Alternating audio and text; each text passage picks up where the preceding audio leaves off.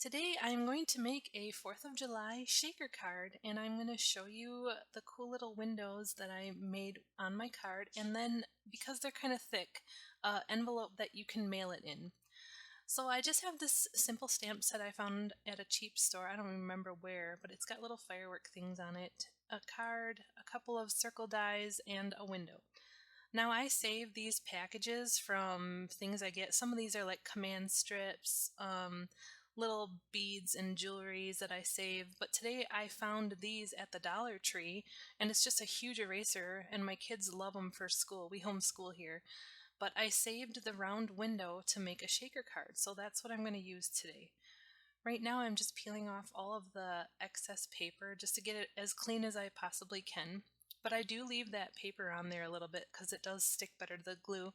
And you don't have to worry about the ring of paper that's left on there. We'll be covering that up. So right now I'm just centering it on my card where I want it, and I'm just going to lightly outline the outside so I know kind of where to keep my stamp picture because I'm going to stamp in the background. So I'm grabbing an acrylic block and I'm just going to put 3 of these little firework stamps onto the circle in a position that I'm kind of hoping I can just stamp both colors. Anyways, I'm going to use red and blue, but I end up just stamping the one color like this, and then I'm going to take them off as you'll see shortly. So I'm just stamping this with a little bit of red ink, just making a cute little firework pattern in the background.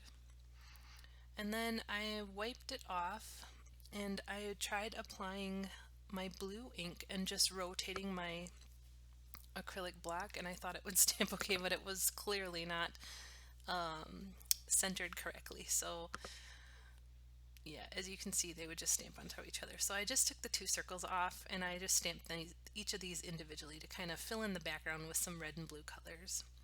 So that's kind of what I'm doing here. Just messing around with the colors. You can make any pattern you want. In fact, I made a second one of these and I actually embossed it with some gold and silver, but actually I liked the blue and red one better. I don't know, the colors just stood out. So I also found these at the Dollar Tree. They're like little tubes of confetti.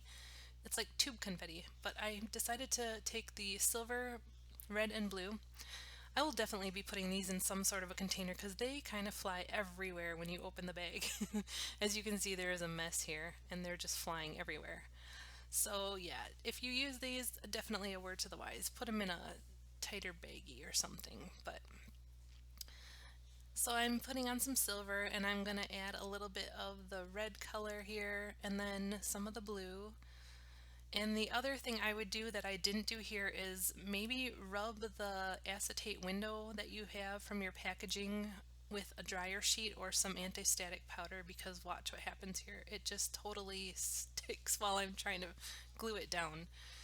I was kind of rubbing it a little bit here, but yeah, look, they all just immediately stick, and it caused me to drop it because I got scared that it was just ruined, but it worked out all right. I got it on, so here we are. Kind of holding it down and getting a piece of confetti out of the way that got in the glue line. So, anyways, word to the wise, try that. But anyways, I ended up getting cleaned up here, and now I'm just kind of putting a layer of glue around here, and I cut out a dark blue circle with my circle dies. So basically you're just going to have to take whatever window you choose and either hand cut the shape out that you need or find some dies that fit. I just happen to have some dies that somewhat fit. Also, before you glue your window on, you might want to stamp your sentiment first, because look what happened here. I tried to put it down and it was hitting the window, so I couldn't even do it. So I switched it to a square block because I am an idiot. And stamped the sentiment that I wanted. I wanted it to say Happy 4th, so I'm doing some blue and red. And actually, I took a shimmer pen after this and filled in the space of the letters there and painted it with a shimmer, a sparkly pen.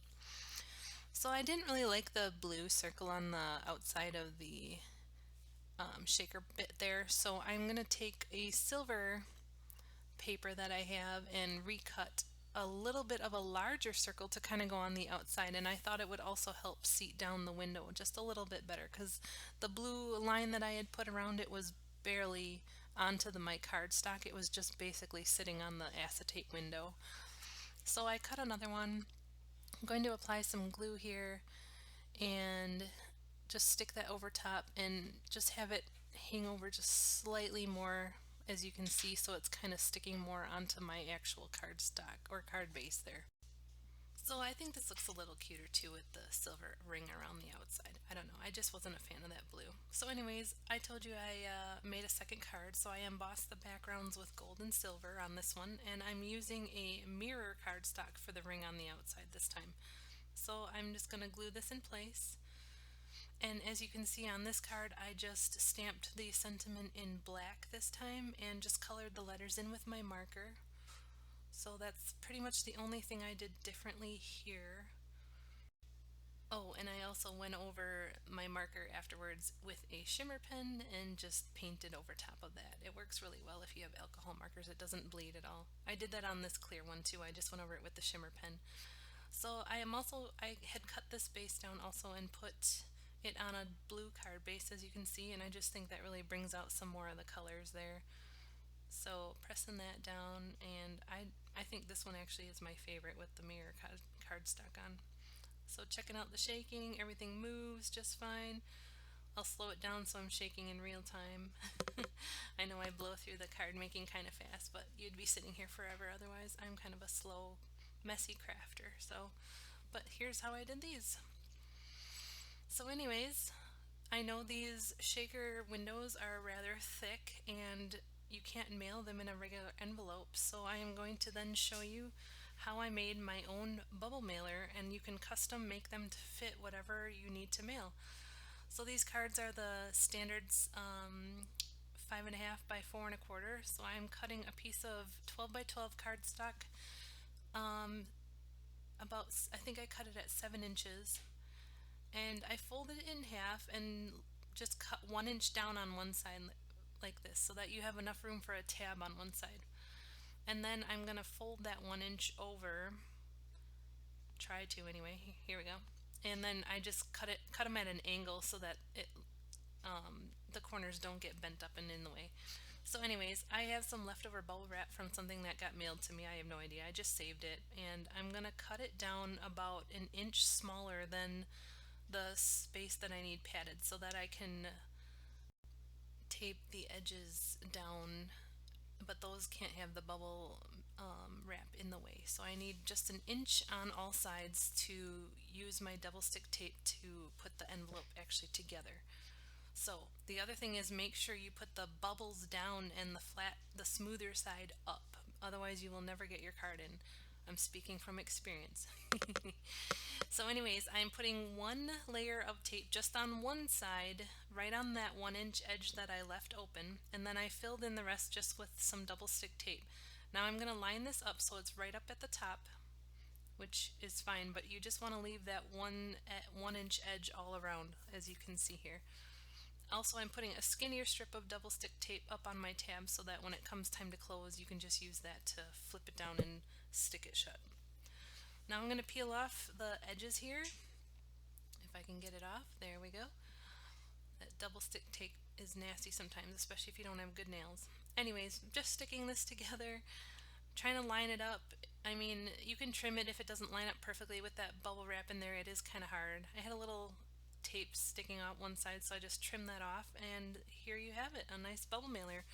Now this was kind of a dark gold color, and I wanted to dress it up a little bit so it looked more 4th of July like. So I found my washi tape stash here and found some darker red and blue, and I just put a stripe across the bottom and I put a stripe on the tab at the top. So I'm just having fun decorating this envelope. I did take this to the post office this morning. They will mail it, and the washi tape stuck just fine. The only thing I didn't like is that they put such a big sticker on it that a lot of my design was covered up. So keep that in mind. You may want to make yours just a little bit bigger to make room for the sticker. I thought that the post office would just stick the sticker on the back of the mailer, but they actually fold it in half over the pretty tape, so I was kind of upset about that. But anyways, keep that in mind. Maybe you want to make yours just a little bit bigger. It didn't cost a ton to mail this out, and they did take it. So I just wanted to check that before I showed this video to y'all. So anyways, this worked out really well. I love it. I mean, it feels really sturdy. It's not going to come apart in the mail, and I'm I'm positive that the person I sent this to will receive it and it'll be in good condition. It feels really nice, and even if it gets thrown around, it's not going to ruin the shaker. I mean, someone would literally have to sit on this to ruin the window on here. So, anyways, that's what I made for this week. I hope that you enjoyed this video. If you did, give me a thumbs up or leave a comment on the things that you would love me to improve. Otherwise, have a great day and we will see you next time. Bye.